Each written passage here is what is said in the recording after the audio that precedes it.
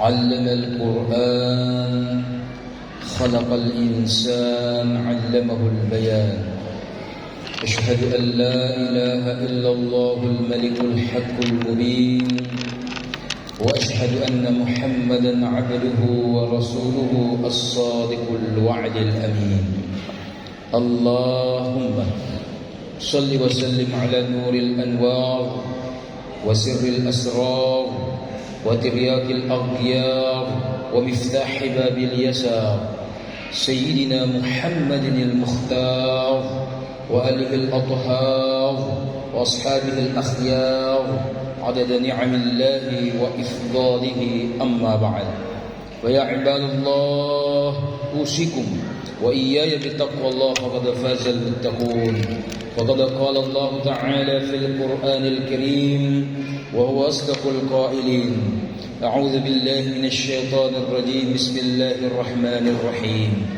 يا أيها الذين آمنوا اتقوا الله حق تقاته ولا تموتن إلا وأنتم مسلمون صدق الله وصدق رسوله الكريم ونحن على ذلك من الشاهدين والذاكرين والحمد لله رب العالمين.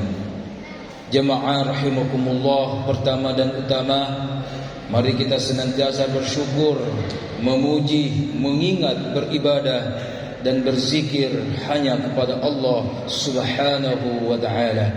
Pada kesempatan yang penuh berkah ini, khatib mengajak pribadi dan segenap jamaah untuk membiasakan diri kita untuk senantiasa mengingat dan berzikir kepada Allah. Dengan cara apa? Di antaranya dengan cara menyebut kalimat tahlil, kalimat thayyibah, yang mana itu la ilaha illallah wahdahu la syarika lah, lahul mulku wa lahul hamdu yuhyi wa yumitu biyadil khair wallahu ala kulli syai'in qadir. Subhanallah walhamdulillah wa la ilaha illallah, Allahu akbar, wa la haula wa la quwwata illa billahil aliyyil azim. Dan mari melengkapi zikir kita dengan sama-sama mengirimkan salawat dan salam rindu kita kepada junjungan kita Nabiullah Muhammad sallallahu alaihi wasallam. Allahumma salli wa sallim wa barik alaihi. Dan yang ketiga, bagian dari khutbah Jumat, khatib wajib mengajak pribadi dan segenap jamaah untuk berwasiat meningkatkan ketakwaan kita kepada Allah Subhanahu wa ta'ala. Kenapa? Rukun dari khutbah Jumat pertama dan rukun dari khutbah Jumat kedua bisa menggunakan Arab, usikum wa iyaya bittaqwallah, atau menggunakan bahasa setempat, yaitu mengajak minimal sekali dalam sepekan meningkatkan ketakwaan kita kepada Allah Subhanahu wa ta'ala. Hanya orang-orang yang bertakwalah yang dijamin keselamatan, dijamin surga oleh Allah. Uiddat lil muttaqin. Jamaah rahimakumullah, tema kita pada kesempatan yang penuh berkah ini berkaitan dengan 3 amalan utama yang harus kita lakukan dalam sehari ini. Tentu 3 amalan ini setelah solat 5 waktu, karena itu adalah wajib fardu ain. Juga setelah puasa Ramadan, juga setelah zakat dan ibadah haji bagi yang mampu. Tetapi 3 amalan ini saya yakin semua ini kita sudah tahu. Tinggal kita untuk membiasakan dan istiqomahkan dalam kehidupan sehari-hari. Yang pertama, janganlah kita tinggalkan, janganlah kita mulai tidur sebelum dalam hari ini kita istighfar kepada Allah Subhanahu wa ta'ala.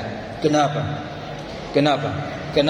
Karena kita semua adalah para pendosa dan ahli maksiat di hadapan Allah Subhanahu wa ta'ala. Baik yang bicara maupun yang mendengarkan, maka kita pasti memiliki dosa dan kekhilafan di hadapan Allah Subhanahu wa ta'ala.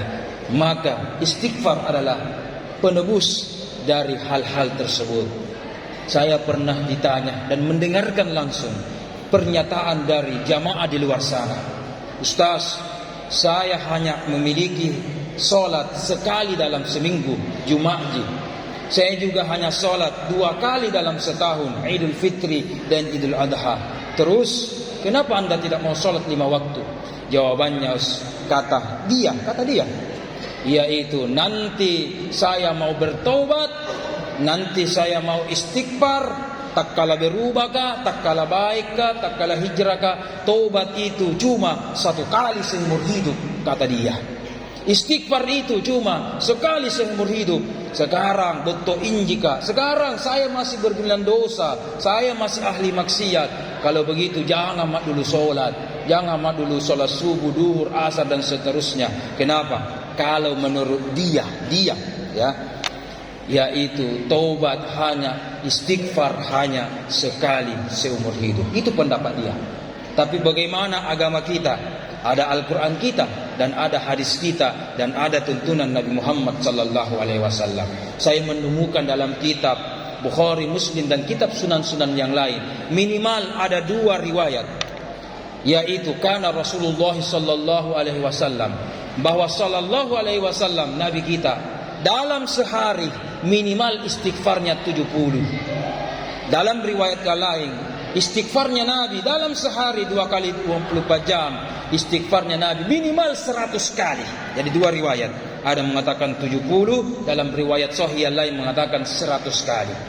Nah, kalau Rasul istighfar 70, 100 kali minimal, belum tentu maksimalnya, lebih lagi kalau maksimalnya. Nah, kalau dalam sepanjang hidupnya sudah berapa banyak istighfar dan mohon ampunnya Rasul kepada Allah Subhanahu wa taala. Padahal Rasul sudah dijamin masuk surga. Padahal dosa-dosa Rasul sudah diampuni terdahulu, bahkan yang akan datang. Tetapi memberikan contoh kepada kita senantiasa istighfar. Masa kita umatnya sekali seumur hidup istighfar dan bertaubat kepada Nabi Muhammad sallallahu alaihi, kepada Allah dan Nabi Muhammad sallallahu alaihi wasallam. Jamaah rahimakumullah, saya menemukan riwayat dari Anas bin Malik. Siapa Anas bin Malik? Anas bin Malik adalah ART, asisten rumah tangga Rasul. Baik di rumah, di masjid, bahkan perjalanan keluar kota, selalu Anas, seorang pemuda ketika itu, yang selalu melayani dan membantu keperluan hajat Rasulullah sallallahu alaihi wasallam, menyampaikan, "Sami'tu, aku mendengar Rasulullah sallallahu alaihi wasallam setelah salat di Masjid Nabawi, di Masjid Madinah." Apa kata Anas? "Aku tidak mendengarkan Rasul ketika sudah salam langsung mengucapkan la ilaha illallah atau langsung mengucapkan subhanallah 33 kali, tidak." Apa kata Anas? Rasulullah setelah salam, assalamualaikum, assalamualaikum. Apa yang diucapkan oleh Rasul? Istighfar 3 kali. Astagfirullah, astagfirullah, astagfirullah. Pertanyaannya, apa yang dilakukan Rasul? Dosa apa yang dilakukan Rasul? Kenapa istighfar? Kenapa istighfar? Tuh, sudah sholat. Apakah sholat itu adalah sebuah dosa atau kemaksiatan? Jawabannya tentu tidak. Kita semua tahu. Tapi Alina Guru Tabaharuddin selaku Ketua MUI Makassar, yang beliau mengajar kami di pondok kemarin, beliau menyampaikan bahwa ada banyak rahasia dan pelajaran di balik itu. Kenapa? Seakan-akan Rasulullah memberikan contoh kepada kita. Aku saja, sebagaimana tadi disampaikan, aku saja sudah dijamin surga, aku saja sudah sholat, aku saja sudah diampuni dosanya. Yang sekarang, yang dulu dosa akan datang, itu istighfar sudah sholat. Dan aku saja yang dijamin khusyuk untuk sholat 5 waktu, khusyuk ketika sholat, itu istighfar setelah sholat. Apalagi kita yang mungkin banyak bolong-bolong tidak khusyuknya ketika sholat. Maka Rasul memberikan contoh, walaupun kita sudah sholat, jangan sombong bahwa kita sudah sholat berjamaah, kita sudah sholat tepat waktu. Jangan sombong. Kenapa? Siapa tahu sholat kita tidak 100% khusyuk dan mengingat Allah Subhanahu wa ta'ala. Maka Nabi memberikan contoh istighfar 3 kali sebagai penambal terhadap tidak khusyuan kita ketika kita melakukan sholat. Astagfirullah, astagfirullah, astagfirullah. Kemudian dalam sehari juga, bapak-bapak dan saudaraku yang saya hormati, jangan lupakan untuk berzikir dan memperbanyak zikir kepada Allah Subhanahu wa ta'ala.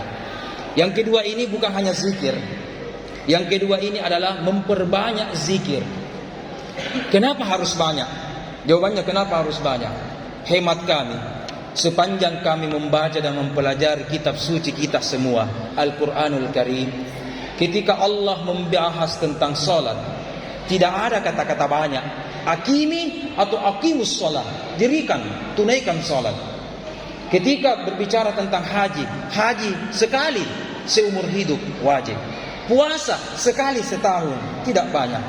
Bahkan zakat cuma 2,5%, sangat sedikit. Beda dengan agama lain, mungkin zakatnya 10% dan seterusnya. Zakat kita cuma 1/40, sedikit sekali. Tetapi ada satu amalan yang kami jumpai dalam Al-Quran. Amalan itu selalu dan selalu diiringi dengan kata-kata katsira, ya, yaitu a'udzubillahi minasyaitonirrajim, bismillahirrahmanirrahim, ya ayyuhalladzina amanu dzkurullaha dzikran katsira. Belum lagi di ayat yang lain, wadzakirin, ya, orang-orang yang menyebut kepada Allah katsira, juga kata-kata banyak. Nah, maka zikir itu harus banyak. Zikir itu harus banyak. Sedikit saja Ustaz, tunggu dulu. Kalau zikir itu sedikit, kita kena pasal. Pasalnya apa? Al-Quran akhir juz kelima surah An-Nisa. Di situ termaktub dalam Al-Quran, innal munafiqina, ciri-ciri orang munafik. Apa ciri-ciri orang munafik? Di dalam surah An-Nisa dijelaskan, wala yadhkurunallaha illa qalila, tidak mau itu berzikir kecuali sedikit, sedikit sekali. Kalau orang kafir memang tidak berzikir karena tidak percaya. Orang munafik berzikir tapi sedikit. Tapi orang yang betul-betul ya ayyuhalladzina amanu, mukmin yang sejati, bukan munafik. Bahkan orang yang bertakwa, dzikron katsira, harus memang zikirnya banyak. Tidak salah juga kalau ada orang mengamalkan la ilaha illallah khusus dirinya 100 kali, mau 1000 kali, tidak salah. Yang salah kalau cuma 1 kali, karena cuma sedikit. Maka kita, apapun alat yang kita gunakan, bertasbih pakai tangan, bertasbih pakai alat cincin, bertasbih pakai alat batu-batu, kayu-kayu dan seterusnya, yang penting memperbanyak zikir kepada Allah. Itu adalah 3 amalan utama. Kenapa? Zikir itu adalah isi dari salat kita. Tidak percaya? Surah Toha ayat 14. Ketika Nabi Musa alaihissalam diberikan wahyu, ya kan? Di situ ada firman Allah, aqimis salata lidzikri, tunaikan salat untuk zikir. Coba lihat, isi dari salat kita itu mulai dari takbir Allahu Akbar, itu kan zikir. Allahu Akbar, zikir. Sampai kita salam, ya, isi-isinya semua Al-Fatihah dan seterusnya, doa-doa itu mengingat Allah. Allah ada semua Allah di dalamnya. Assalamualaikum warahmatullah, Allah ada lagi Allah. Berarti isi dalam salat kita adalah zikir. Makanya orang yang memperbanyak zikir, maka lisekna salatna, isinya dan hakikatnya salatnya terpenuhi. Dan yang ketiga jamaah yang saya muliakan sebelum kita tutup, 3 amalan setelah istighfar dan memperbanyak zikir. Yang ketiga adalah salawat kepada Nabi Muhammad sallallahu alaihi wasallam. Bukankah kita mengetahui bahwa siapa yang bersalawat kepada Rasul 1 kali, pasti kita mendapatkan minimal 10 kali. Bahkan innallaha wa malaikatahu, Allah saja, malaikat saja bersalawat. Makanya betul ada namanya salawat Jibril. Memang itu salawatnya Jibril. Itu ungkapan pujian-pujian Jibril kepada Nabi Muhammad. Jibril loh bersalawat. Masa kita umatnya yang memang kita selalu didoakan oleh Rasul tidak bersalawat kepada Nabi Muhammad sallallahu alaihi wasallam. Jamaah rahimakumullah, memang sekarang sudah Rabiul Akhir. Tapi saya mengajak saudara dan bapak-bapakku semua, kalau kita memperbanyak dan rajin salawat, itu seakan-akan semua hari kita Rabiul Awal. Semua hari kita adalah maulid. Ada orang cuma bermaulid Rabiul Awal, atau hanya maulid kalau lihat di baku, bayau, tidur, ya kan, telur dan seterusnya. Oke, itu simbolis, itu momentum. Tetapi harusnya kita bermaulid dalam sepanjang hidup kita. Sekali dalam 24 jam kita harus bermaulid. Bagaimana caranya? Bukan telurnya, bukan bakunya. Itu teknis, itu duniawi, itu adat. Tetapi orang yang selalu memperbanyak salawat, bermaulid sepanjang hayatnya, sampai Allah memanggil dia. Bayangkan saking pentingnya salawat jamaah. Ini khutbah Jumat, siapapun yang ceramah, doktor, profesor, kiai, habib, Andre Gurutta, ketua MUI, menteri agama, siapapun yang berceramah di sini, ya, kalau dalam khutbah pertama dan khutbah kedua sebentar tidak menyebut nama Nabi Muhammad atau tidak bersalawat, batal, bubar kita. Kita sholat. Tadi sholat tahiyatul masjid, sebentar sholat Jumat, tadi kita sholat subuh dan seterusnya. Kita menunaikan sholat 1000 rakaat, 1 juta, 1 miliar rakaat, tidak ada namanya Nabi Muhammad, tidak ada salawat di dalamnya, batal. Saking pentingnya dan paralunya salawat kepada Nabi Muhammad sallallahu alaihi wasallam. Maka sebenarnya agama mengajarkan kita dalam sehari kita harus membiasakan 3 hal. Sebagai kesimpulan, yaitu membiasakan merangkai dalam 1 kali duduk, boleh 1 kali duduk, istighfar, kita lanjutkan dengan zikir, dan kita lanjutkan salawat kepada Nabi Muhammad. Kemudian yang kedua, kesimpulan yang kedua, jamaah yang saya hormati, istighfar itu untuk diri sendiri yang penuh dosa, zikir itu untuk Allah sebagai Tuhan kita, dan salawat untuk Nabi Muhammad. Jadi 3 serangkai ini jangan lupakan. Istighfar untuk kita, zikir untuk Allah, dan salawat untuk baginda kekasihnya Rasulullah Muhammad sallallahu alaihi wasallam. Kalau kita membiasakan dalam sehari-hari kita ini, insyaallah fid dunya hasanah wa fil akhirati hasanah wa qina adzabannar. Terima kasih. Barakallahu li wa lakum fil Qur'anil azim wa nafa'na wa iyyakum bima fihi minal ayati wa dzikril hakim wa taqabbalallahu minna wa minkum tilawatahu innahu huwal ghafurur rahim. Amin. الحمد لله رب العالمين نحمده ونستعينه ونستغفره ونعوذ بالله من شرور أنفسنا ومن سيئات أعمالنا من يهده الله فلا مضل له ومن يضلله فلن تجد له وليا مرشدا أشهد أن لا إله إلا الله أشهد أن محمد رسول الله صلى الله عليه وسلم اللهم صل على سيدنا محمد في الأولين والآخرين وصل على سيدنا محمد في الملأ الأعلى إلى يوم الدين أما بعد فيا عباد الله أوصيكم وإياي بتقوى الله فقد فاز المتقون فقد قال الله تعالى في القرآن الكريم وهو أصدق القائلين أعوذ بالله من الشيطان الرجيم بسم الله الرحمن الرحيم إن الله وملائكته يصلون على النبي يا أيها الذين آمنوا صلوا عليه وسلموا تسليما اللهم صل على سيدنا محمد وارض الخلفاء الراشدين أبي بكر وعمر وعثمان وعلي وأن بقي الصحابة والتابعين ومن تبعهم بإحسان إلى يوم الدين اللهم اغفر للمسلمين والمسلمات والمؤمنين والمؤمنات الأحياء منهم والأموات إنك سميع كريم مجيب دعوات ويا قاضي الحاجات ربنا اغفر لنا ولوالدينا ya Allah ampunilah dosa kedua orang tua kami, baik yang masih hidup maupun yang mentahului kita, al-ahya'i minhum wal amwat warhamhum kama rabbawna sigara ya Allah. Rabbana atina fid dunya hasanah wa fil akhirati hasanah wa qina adzaban nar. Amin ibadallah. Inna Allah ya'muru bil 'adli wal ihsan wa ita'i dzil qurba wal nahyi wal munkar wal baghi ya'idukum la'allakum tadhakkarun wa la dzikrullahi akbar wallahu ya'lamu ma tasna'un. Terima kasih. Tafadhal aqimis shalah.